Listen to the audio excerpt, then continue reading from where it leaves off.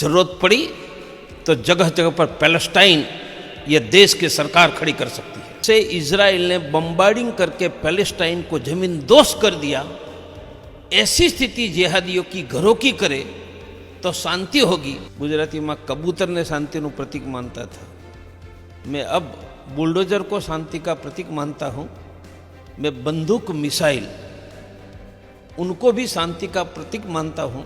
मदरसों में हिंदुओं के विरुद्ध घृणा द्वेष की शिक्षा दी जाती है। આપણે બધા હિન્દુઓએ એક રહેવું જોઈએ। હિન્દુ જાગરણ તો થઈ ગયું છે કે હિન્દુઓના તહેવારો શોભાયાત્રા ઉપર જ હુમલા કેમ, ક્યારે મોહરમ ના સરઘસો પર હુમલા થયા છે। છેલ્લા 4 દિવસથી ગુજરાતમાં જે અલગ અલગ ઘટનાઓ બની રહી છે તેનાથી એક સવાલ થાય કે શું કોઈ લુખ્ખા તત્વો, શું કોઈ આવારા તત્વો ગુજરાતની શાંતિને ડોળી રહ્યા છે? આ સવાલ એટલા માટે થાય કારણ કે માત્ર સુરત નહીં પરંતુ તે બાદ ભરૂચ, બરોડા, કચ્છ આ તમામ જગ્યાએથી એક બાદ એક ઘટનાઓ આવી જેનાથી હિન્દુઓની લાગણીઓ દુભાઈ છે અને સાથોસાથ ગુજરાતની શાંતિ પર સવાલ ઊભા થાય છે। આજ વિષય પર વધુ વાત કરવા માટે અમે વાત કરી રહ્યા છીએ એએચપી આંતરરાષ્ટ્રીય હિન્દુ પરિષદના પ્રેસિડેન્ટ ડૉક્ટર પ્રવીણ તોગડિયા સાથે।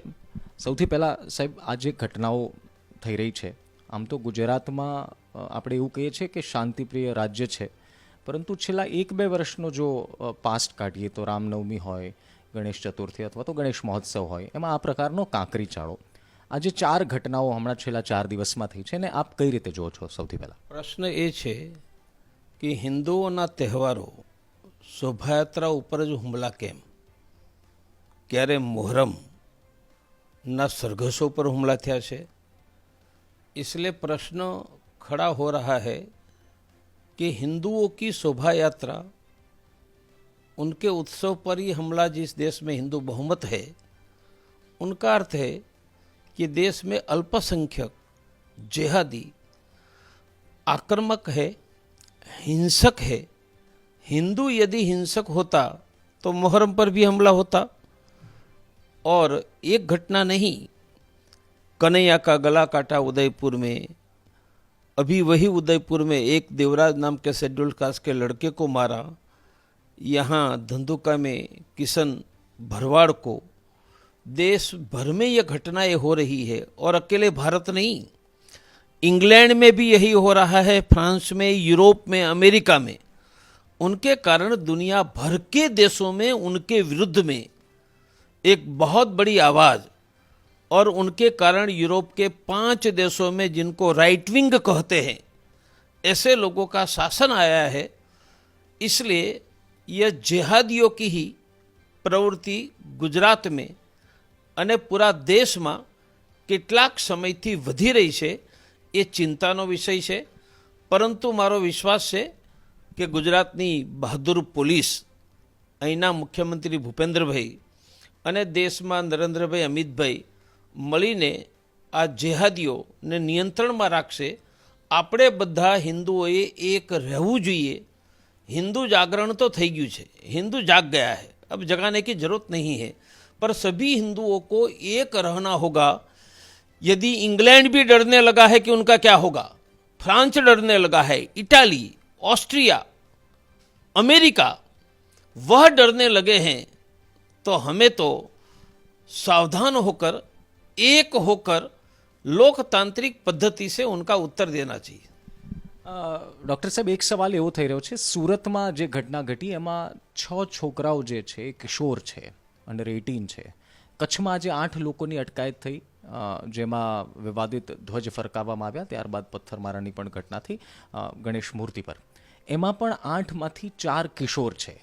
આપણે જોયું છે કે કાશ્મીરની શું સ્થિતિ હતી પહેલાં અને કેવી રીતે બાળકોનો, કિશોરોનો ઉપયોગ થતો હતો। હવે ગુજરાતમાં આ થઈ રહ્યું છે। आपने लागे छे प्री प्लान्ड होई शके कि आ बस एक संयोग है? यह पत्थर जिहाद है। कश्मीर में भी सेना पर, सैनिकों पर पत्थर मारने वाले लड़के ही होते थे। मदरसों में हिंदुओं के विरुद्ध घृणा द्वेष की शिक्षा दी जाती है, और कश्मीर में तो उनको पैसे दिए जाते थे, तो यहाँ भी किसी ने उनको पैसे दिए होंगे और मदरसों ने उनका दिमाग बिगाड़ा होगा। यह पत्थर जिहाद है। पर पत्थर जिहाद का जवाब पुलिस बंदूक जिहाद से देती है, वो याद रखना चाहिए।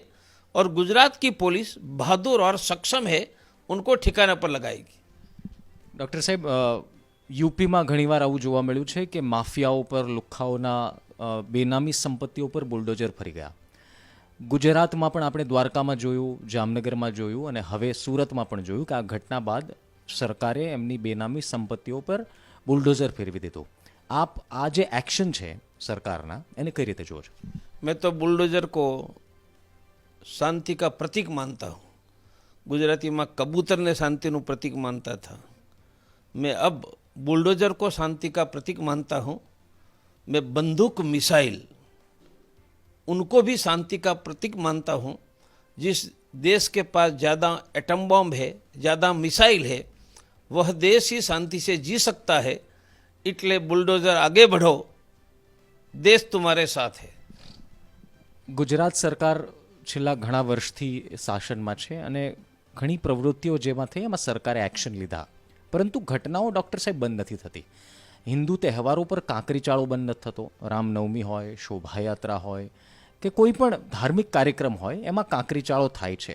આપને લાગે છે કોઈ મોટા માથાઓનો દોરી સંચારાની પાછળ છે? કોઈ એવા ધાર્મિક સંસ્થાન સાથે જોડાયેલા લોકો છે જે ફંડ આપે છે આ લોકોને? मेरा स्पष्ट मानना है, जिहाद की शिक्षा जो मदरसों में, मकताब में दी जाती है, वही उनके पीछे है। कोई लीडर हो सकता है, पर लीडर नहीं है वहाँ भी यह जिहाद की जो उनको शिक्षा मदरसों में दी जाती है, वही उनके पीछे है। और जब तक जिहादी रहेंगे तब तक हमारे उत्सव पर हमले की संभावना रहनी पड़ेगी। हिंदुओं को जागरूक रहना चाहिए, एक रहना चाहिए और पुलिस तंत्र को सब को मिलकर सहयोग देना चाहिए। આ ઘટનામાં પોલીસે તાત્કાલિક કાર્યવાહી કરી, પરંતુ એક હિન્દુ નેતા હોવાના નાતે, એક હિન્દુ હોવાના નાતે હિન્દુઓને શું મેસેજ આપવા માંગો છો? આ ચિંતાનો વિષય છે આ સમાજ માટે, હિન્દુસ્તાન માટે? પોલીસે બહુ ઝડપથી પગલાં લીધા. પોલીસ કમિશનર અનુપ ગેહલોત સ્વયં પહોંચ્યા, ગૃહમંત્રી પહોંચ્યા, બંનેને અભિનંદન છે. હિન્દુઓએ માત્ર જાગૃત રહેવું, આપણે કાયદો હાથમાં ન લેવો, પોલીસને કહીને પોલીસને મદદ કરવી અને એક રહેવું. આપણે અંદરો અંદર ઝઘડવાનું કામ નહીં કરવું. એ આરએસએસ હોય, પ્રવીણ તોગડિયા હોય, હિન્દુ મહાસભા હોય, બધાએ મળીને હિન્દુઓની રક્ષા માટે એક રહેવું જોઈએ, તો જ બચીશું. નહીતર બાંગ્લાદેશવાળી અહીંયા થશે. રાજ્યમાં શાંતિ સ્થપાયેલી રહે, આવી ઘટનાઓ જ ન થાય, એની માટેનો કોઈ ઉપાય છે કે પછી દર વખતે એવું થશે કે આવી ઘટનાઓ ઘટે, સરકાર કાર્યવાહી કરે ને આપણે સરકારને વાહવાહી પણ કરવી જોઈએ કારણ કે કાર્યવાહી કરે છે? આવી ઘટનાઓ બંધ થઈ જાય. आपने कहा कि ये हिंदुओं पर हमला की घटनाएं कैसे बंद हो? बंद बिल्कुल हो जाए यदि हम पैलेस्टाइन यहाँ रिपीट करें, जैसे इजराइल ने बम्बार्डिंग करके पैलेस्टाइन को जमीन दोष कर दिया, ऐसी स्थिति जिहादियों की घरों की करे तो शांति होगी। हम चाहते हैं कि भारत इजराइल बने और भारत का हिंदू समाज यहूदी बनकर, यहूदी એટલે इजराइल का प्राइम मिनिस्टर का बेटा और बेटी सैनिक में लड़ रहे हैं, हमें ऐसा ताकत वाला देश और हिंदू समाज दोनों बनाना चाहिए। हिंदू समाज को यहूदियों जैसा बनाने का काम अंतर्राष्ट्रीय हिंदू परिषद करेगी। हमने इसलिए देश में जगह जगह पर महिला सुरक्षा की ट्रेनिंग स्कूल कॉलेजों में देना शुरू किया, हजारों जगह पर हम देने वाले हैं।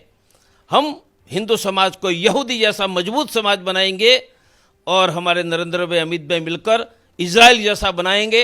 आगे बढ़ो, आपकी मिसाइल तो जिहादियों के लिए ही है।